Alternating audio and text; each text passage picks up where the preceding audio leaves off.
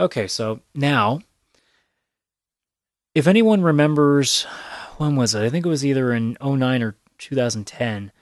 We had a trailer for what seemed kind of like Bioshock in a sense, where it was set in the 60s and they were being attacked by an alien, I guess alien life form. We weren't sure what it was, but it was this black goo sort of deal. And the trailer, I remember seeing it for the first time, and the only trailer I have ever seen for the first time as a new IP. Well, I shouldn't say new IP because this game doesn't technically count in it.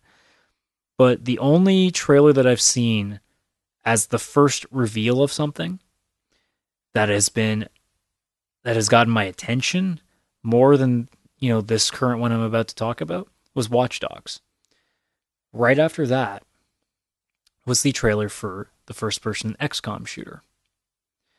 And recently, the name and I believe websites have been completely disbanded. So most people are under the impression that XCOM is dead.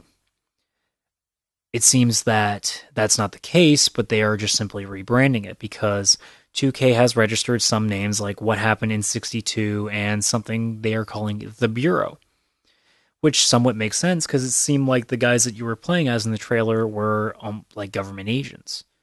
So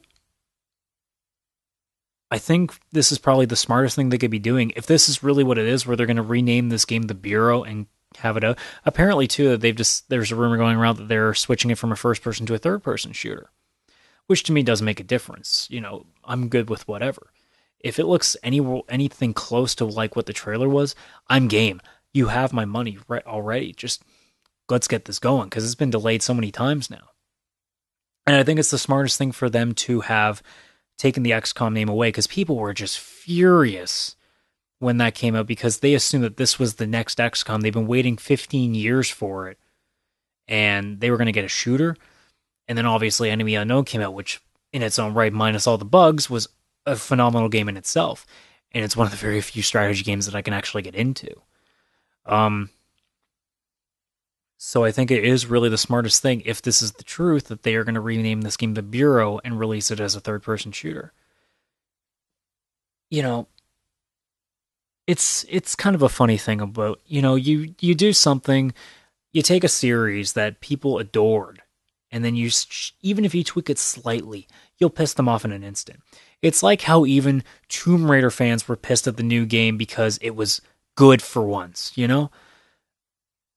I have one conversation with a person who was like that, who was like, "Oh, this isn't the same anymore. Lara's not the same way she used to be." And I'm like, "You mean, a sex symbol?" And he's like, "No, no, no, you're not understanding me." I'm like, "Okay, so are you telling me that you'd rather it be the way that it's been for the last like 5 games? Really terrible platformers?"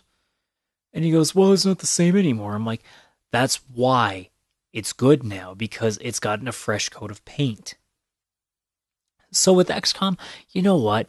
I half understand why the fans took it a little seriously. I mean, it's taking an RTS game and making it a first person shooter. It's like if Halo Wars was the first game to come out and then they turned it into a shooter. I guarantee you, if Halo Wars was the first game in the series and then the original Halo came out, people would be outraged because it was a shooter. Something like that. But you know what?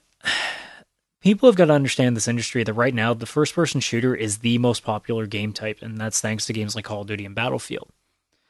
It's because it's the most accessible. People want to be the hero in actually, and first person shooters are really one of the game types that you can actually be as close to being the one in action.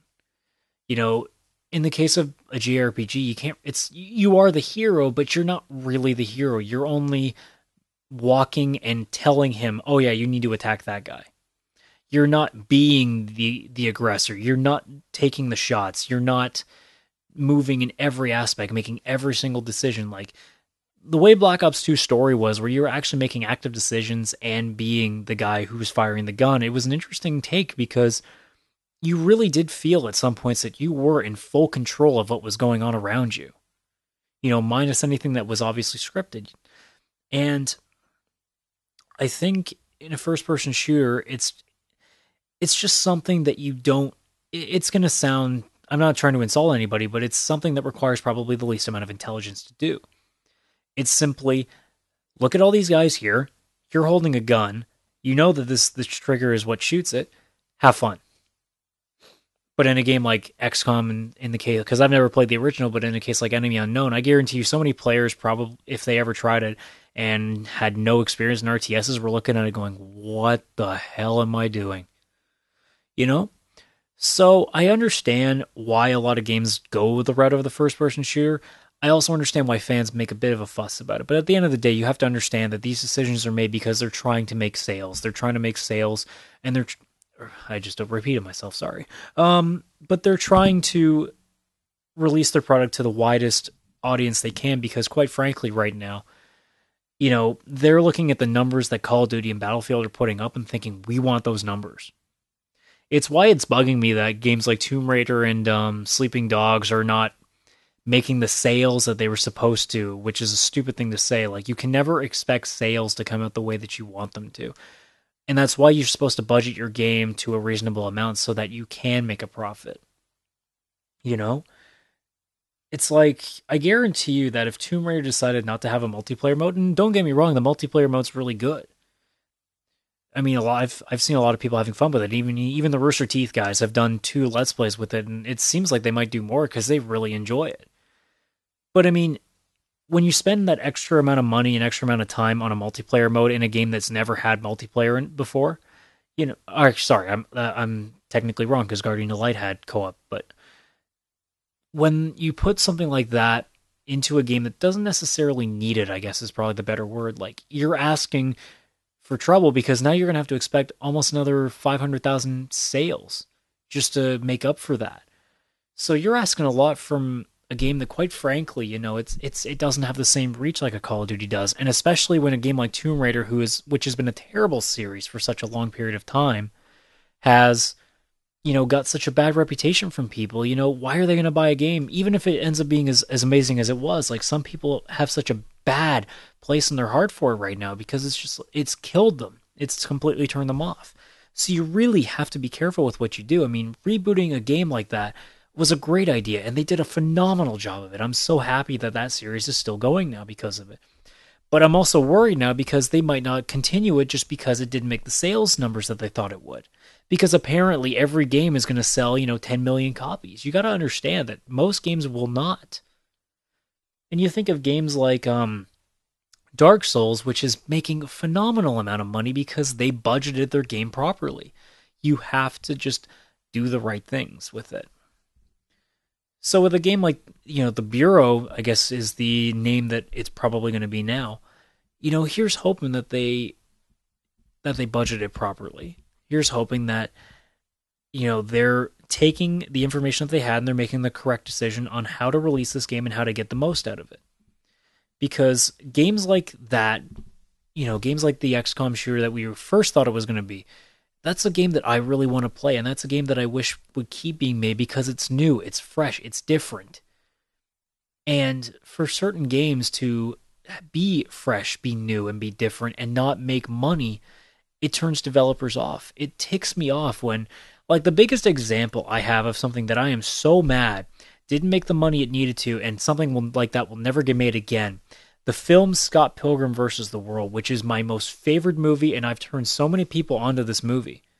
But it didn't do well at all in theaters. It was a big flop, and they spent a lot of money on it.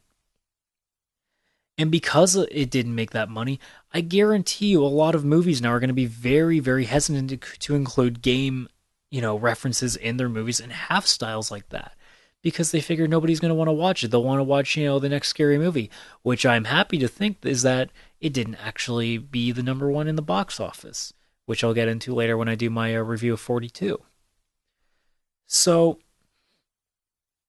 when a game like XCOM, when a game like, The Bureau comes out, I hope games like that do well. I want them to do well, and they should do well, because they are games that deserve the attention. So, for people that are still up in arms because it was originally an XCOM game, because your precious RTS game was getting ruined, chill the hell out. Give the game a try, and I guarantee you when it comes out, it's going to be fantastic.